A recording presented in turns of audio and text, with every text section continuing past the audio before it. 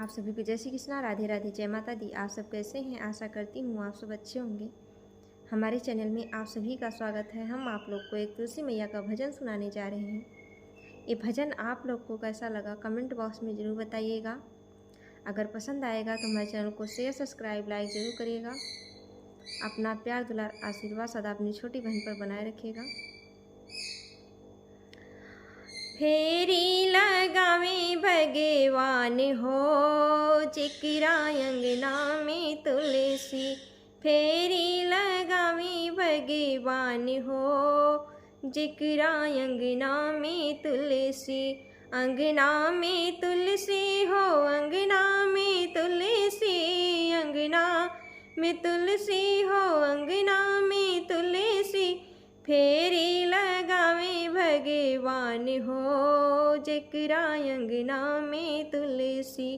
फेरी लगावे भगवान हो, जेकरा अंगना में तुलसी। वही रे अंगनवा में लक्ष्मी जी का डेरा, वही रे अंगनवा में लक्ष्मी जी का डेरा। फेरा लगावे विष्णु भगवान हो, जेकरा अंगना में तुलसी।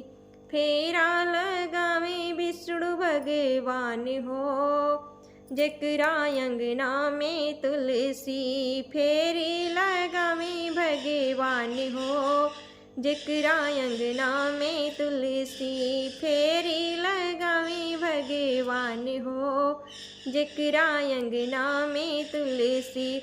ओही रे अंगनवा में सीता माँ का डेरा, ओही रे अंगनवा में सीता माँ का डेरा। फेरी लगावे श्री राम हो, जेकरा अंगना में तुलसी। फेरी लगावे श्री राम हो, जेकरा अंगना में तुलसी। फेरी लगावे भगवान हो, जेकरा अंगना में तुलसी। फेरी लगावे भगवान हो, जेकरा अंगना में तुलसी।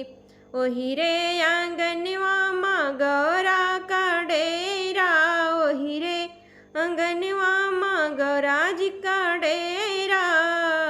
फेरी लगावे शंकर भगवान हो, जेकरा अंगना में तुलसी। फेरी लगावे महाकाल हो, जेकरा अंगना में तुलसी।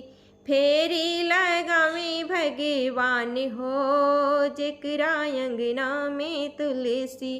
फेरी लगावे भगवान हो, जेकरा अंगना में तुलसी। ओही रे अंगनवा मेरी दी सिद्धि का डेरा, ओही रे अंगनवा मेरी दी सिद्धि का डेरा। फेरी लगावे गणपति भगवान हो, जेकरा अंगना में तुलसी। फेरी लगावे गणपति भगवान हो, जेकरा अंगना में तुलसी।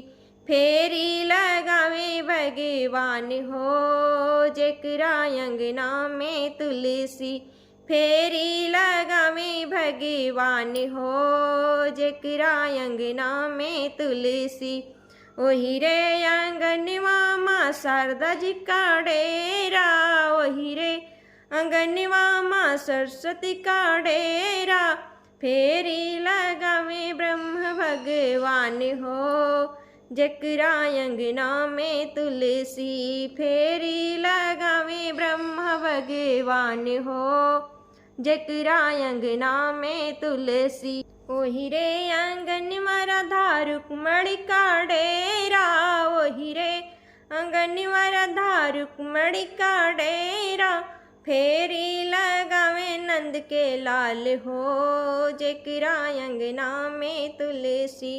फेरी लगावे नंद के लाल हो, जेकरा अंगना में तुलसी। फेरी लगावे भगवान हो, जेकरा अंगना में तुलसी। फेरी लगावे भगवान हो, जेकरा अंगना में तुलसी। फेरी लगावे भगवान हो, जकरा अंगना में तुलसी। जय माता दी, जय तुलसी मैया। ये गीत आप लोग को कैसा लगा कमेंट बॉक्स में ज़रूर बताइएगा। फिर मिलेंगे अगले वीडियो में, तब तक के लिए जय श्री कृष्णा, राधे राधे, जय माता दी, तुलसी मैया की जय।